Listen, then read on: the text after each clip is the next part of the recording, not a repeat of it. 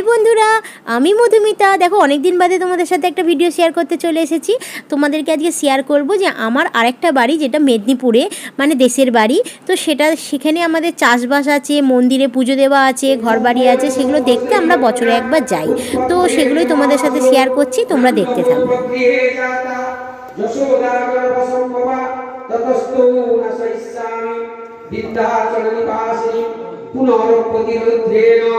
রূপেণ পৃথিবীতলে।